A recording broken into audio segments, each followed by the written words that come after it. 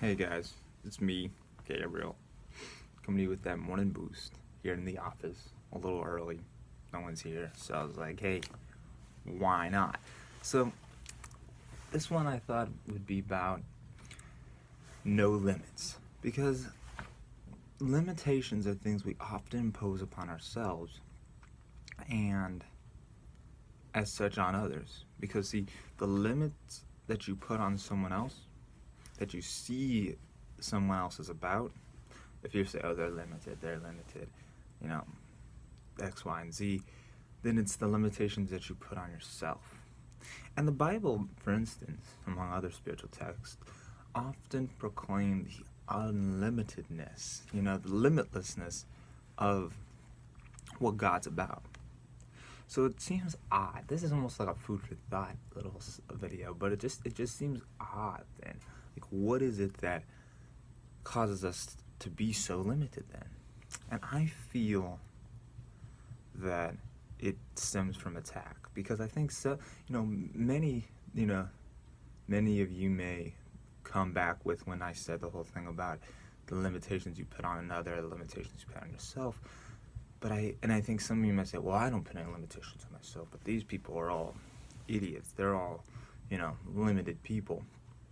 But I think right there, for you're attacking. See, attack limits, it separates, it divides. For however strong, because here's the thing, I think this is what I've come to realize is that, and I think this is where the real strength of the heart lies, is for however strong you think you may be through attack and anger, you could become infinitely stronger through love and forgiveness and peace and joy.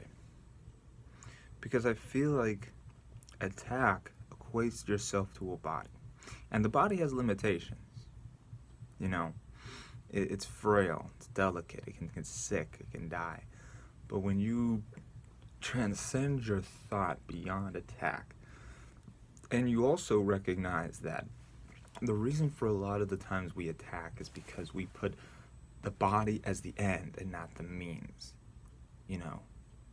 What we're supposed to do, that we should be more looking at it in regards of you work through the body but not in it, because we are not a body, we're an idea.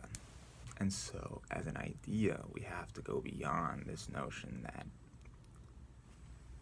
the body is the end and not the means. Because what happens is, and you can tell when this is the case, because the world is pretty depressing, just being honest, because it follows a body and philosophy.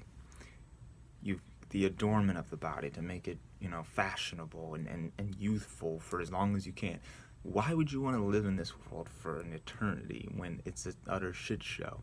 Just being honest. And now, I'm not trying to be pessimistic, but recognizing that the way of the world is not the way to happiness. And yet so many of us cause ourselves to get caught up in the thorns and thistles, so to speak. So when we recognize that the body is the means, when I say the body, not just this computer is the body, there's a computer behind, well, it's not behind me, it's behind the camera. Anyways, this desk, things of the body, the flesh, the physical, that's the thing. When we attack, we equate ourselves with the body, and we think we can get something out of it.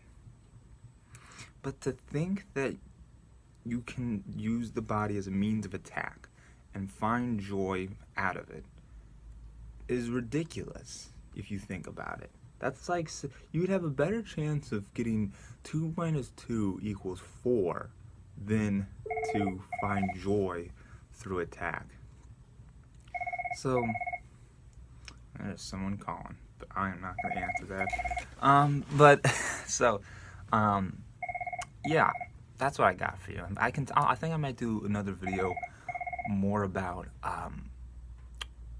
the whole essence of attack and that dynamic. So I will talk to you guys later. That ringing thing is totally distracting right at the end. But I will see you guys later. So let's go forward without limits. And we do that through love and joy and peace that can invigorate the inner man.